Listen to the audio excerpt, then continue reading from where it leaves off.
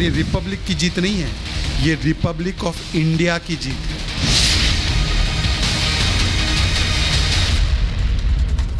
और बुलेटिन की शुरुआत बड़ी खबर के साथ जोड़ी आ रही है पश्चिम बंगाल से। पश्चिम बंगाल में टीएमसी के अपराधी शाहजहां शेख के भाई के घर आगजनी की गई है।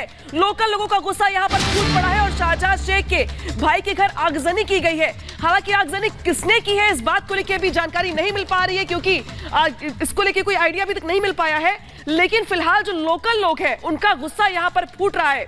शाहजहां शेख के भाई के घर पे आगजनी की गई है। तस्वीरें टीवी स्क्रीन पर आ गई है आपके, देखिए उठता धुआं बताया जा रहा है कि ये शाहजहां शेख के भाई के घर का दिखाया जा रहा है ये आपको, जहां पर जो स्थानीय लोग हैं उनका गुस्सा फूट रहा है। और शाहजहां शेख के भाई के घर को यहां पर स्थानीय लोगों ने निशाना बनाया है, यहां पर आगजनी की गई है। और देखिए उठता हुआ धुआं और आसपास खड़े लोग बताने के लिए काफी कि ये शाहजहां शेख के भाई का घर है जहां पर आग लगाई गई है, आगजनी की गई है।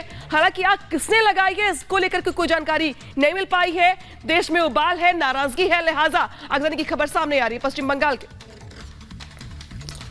और संदेश खाली के सच को देखने के लिए जानकारी मिल रही है। प्रधानमंत्री नरेंद्र मोदी जा सकते हैं, जो पीड़ित महिलाएं हैं उनसे मुलाकात कर सकते हैं। पीड़ित महिलाओं ने यह साफ कहा है कि वो एक दशक से परेशान है। और किसका शासन है बंगाल में, ममता सरकार पर सवाल खड़े हो रहे हैं। और 6 मार्च को बंगाल जा सकते हैं प्रधानमंत्री नरेंद्र मोदी, हमारे सूत्र बता रहे हैं। संदेश खाली के पीड़ितों से मुलाकात भी कर सकते हैं।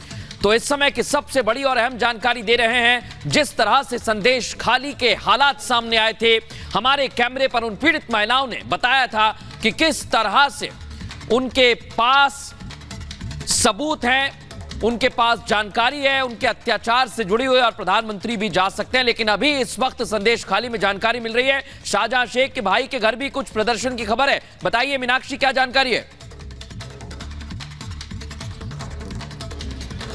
संदेश खाली की ये खबर है और वहां से जो जानकारी मिल रही है वो यही मिल रही है मृदुल की, क्योंकि वहां जो महिलाएं बैठी हुई हैं, आंदोलन कर रही हैं, प्रदर्शन कर रही हैं, और उस गांव के जो लोग हैं उनमें कहीं ना कहीं नाराजगी है, गुस्सा है। हो सकता है उन्हीं में से किसी ने जाकर के, क्योंकि ये लोग लगातार ये कह रहे हैं कि हमारी नाराजगी तब तक कम नहीं होने वाली है जब तक शाहजहां शेख को आप गिरफ्तार नहीं कर लेते हैं, जब तक हमें न्याय नहीं मिल जाता है। लोग धरने पर बैठ करके यही गुहार लगा रहे हैं कि राष्ट्रपति शासन लगा दीजिए आप पश्चिम बंगाल में, क्योंकि उसके बिना तो हमें यहाँ पर कोई भी न्याय देने के लिए तैयार नहीं होने वाला है। ममता बनर्जी आ नहीं रही हैं, ममता बनर्जी के जो नेता हैं वो उन्हें बाहर ही बता दे रहे हैं। तो ऐसे में उन्हें अपनी सरकार से कोई उम्मीद नहीं रह गई है। कल जब मैं उस गांव में मौजूद थी संदेश खाली में, तो वहां मैंने उन महिलाओं से बात की थी, उनसे पूछा था कि क्या आपको यहाँ की सरकार से किसी तरीके की उम्मीद है। तो वो साफ तौर पर यही कहती है कि जो हमारी मुख्यमंत्री है वो अगर हमें ही बाहरी कह दें, हमें ही ये कह दें कि हम तो कहीं और से आकर के प्रदर्शन कर रहे हैं, हमें ही झूठा कह दें, तो हमें उनसे भला क्या उम्मीद होगी। हम तो साफ तौर पर केंद्र सरकार से मांग करते हैं कि आप राष्ट्रपति शासन लगाइए,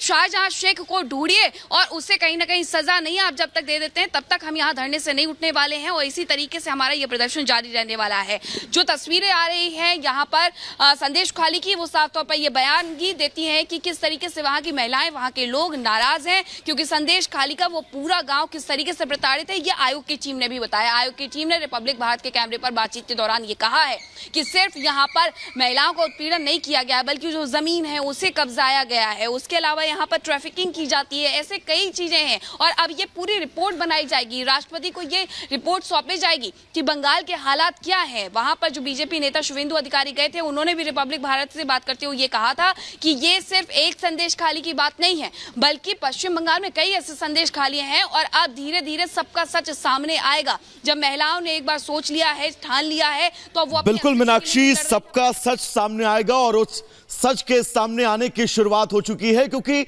यह मामला पूरा 1-2 साल का नहीं, तकरीबन 13 साल तक संदेश खाली ने जो जख्म झेले हैं उन जख्मों पर अब मरहम लगाने का काम और साथ ही उन गुनहगारों को उनके अंजाम तक पहुंचाने का काम भी आने वाले वक्त में किया जाएगा। प्रियंका इस वक्त हमारे साथ जुड़ी हुई हैं। प्रियंका, बहुत लंबी लड़ाई है संदेश खाली के लोगों की और रिपब्लिक भारत भी लगातार इस लड़ाई को मजबूती के साथ लड़ रहा है। प्रियंका। बिल्कुल, देखिए मैं इस वक्त संदेश खाली थाना के बाहर हूं। आपको जो तस्वीरें दिखा रही हूँ यहाँ पर रैपिड एक्शन फोर्स की यहाँ पर जो तैनाती है वो दिख रही है, लेकिन ये जल्दी से भगदड़ यहाँ पर मच चली है। भगदड़ की वजह ये है कि सभी यहाँ से जा रहे हैं, संदेशखाली से जाएंगे धामाखाली और वहाँ से आगे रामपुर जाएंगे। रामपुर वही इलाका है जहाँ पर शाहजहां शेख का भाई सिराजुद्दीन ने जो आदिवासी लोगों की जमीन पर कब्जा करके पोल्ट्री फार्म बनाया था उसमें उन लोगों ने आग लगा दी और वहां पर पूरी वो आगजनी हो गई है। बुलेटिन की शुरुआत में हमने वो तस्वीरें भी दिखाई हैं, वहां से लगातार धुआं उठ रहा है। दरअसल वो पोल्ट्री फार्म है और उस जमीन पर भी अवैध कब्जा किया गया था। अब लोगों के अंदर हिम्मत आ रही है, जैसे जैसे मीडिया में ये मामला आया है, जैसे जैसे लोग लगातार यहाँ पर अलग अलग आयोग से टीम पहुंच रही है, इंसाफ की बात कर रही है, तो लोगों को कहीं ना कहीं लग रहा है कि उन्हें हौसला मिल रहा है, उन्हें कहीं ना कहीं एक संरक्षण मिल रहा है और ऐसे में वो अपना गुस्सा निकाल रहे हैं। ये वहीं पर पूरी फोर्स यहाँ से जा रही है और एकदम भगदड़ और हलचल सी मच गई है। और रही बात शाहजहां शेख की, कहाँ है ये, लगातार देखिए सवाल बड़ा बना हुआ है।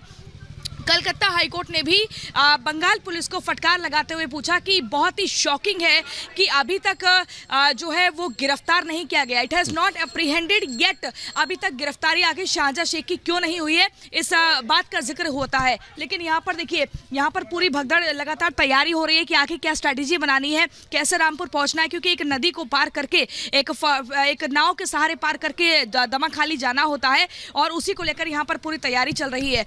बात इंसाफ की अगर करते हैं तो आज आपको बता दें, राष्ट्रीय अनुसूचित जनजाति आयोग की टीम पहुंची थी। लगभग 30 से ज्यादा परिवारों से उन्होंने मुलाकात की है, एक रिपोर्ट, लंबी चौड़ी एक रिपोर्ट तैयार की है और उस रिपोर्ट के आधार पर अगला कदम अब उठाया जाएगा। बिल्कुल प्रियंका, जिस तरह से आप वहां पर क्या स्थिति है और बिल्कुल प्रियंका, हम लौटेंगे आपके पास, आप वहां की क्या स्थिति है वो यहाँ पर बता रही हैं, दिखा रही हैं। हालांकि एक बार हम यहाँ पर मीनाक्षी का रुख करेंगे। मीनाक्षी, लेकिन आज न केवल रिपब्लिक की, संतूपान की, बल्कि पूरे पत्रकार जगत की अगर हम देखें तो ये जीत हुई है और कोर्ट की जिस तरह से टिप्पणी हुई है वो भी गौर करने वाली बात है। बहुत ही आप ये कहिए कि हार्ड हिटिंग जो पॉइंट्स यहाँ पर किए गए हैं वो कोर्ट की टिप्पणी की गई है कि किस तरह से आप एक इनोसेंट है जो पत्रकार, उसके लिए किस तरह से अपनी ऊर्जा खर्च कर रहे हैं। दया आती है जिस तरह से पुलिस कर रही है काम। आप ये सोचिए कि कई हार्ड हिटिंग जो पॉइंट्स हैं, जो डायलॉग्स हैं, वो कोर्ट की ओर से कहे गए हैं।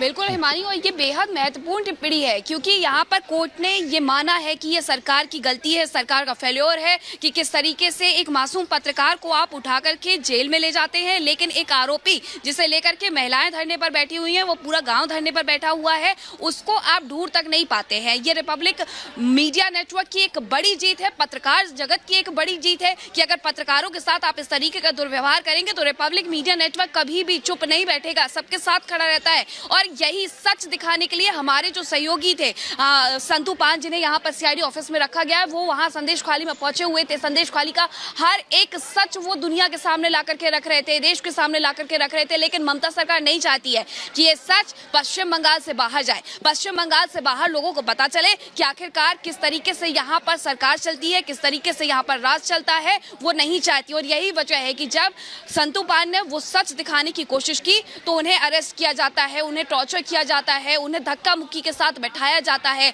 कल रात को भी इसी तरीके से हमने तस्वीर दिखाई थी कि कैसे संतूपान को घसीट करके लेकर के जाया जाता है, कहां लेकर के जा रहे हैं कोई जवाब नहीं दिया जाता है। लेकिन जब जाकर के सीआईडी जो ऑफिस से वहां पर रखा गया है और आज कलकत्ता हाईकोर्ट ने साफ तौर पर बेल देते हुए कह दिया है कि ये ममता सरकार का फेल्योर है, सरकार को एक जोरदार तमाचा है ये कलकत्ता हाईकोर्ट की तरफ से कि आपको जो काम करना चाहिए था, आपने अपनी ऊर्जा वहां ना लगा करके आपने अपनी ऊर्जा वहां लगाई जो सच दिखाने का काम कर रहे हैं।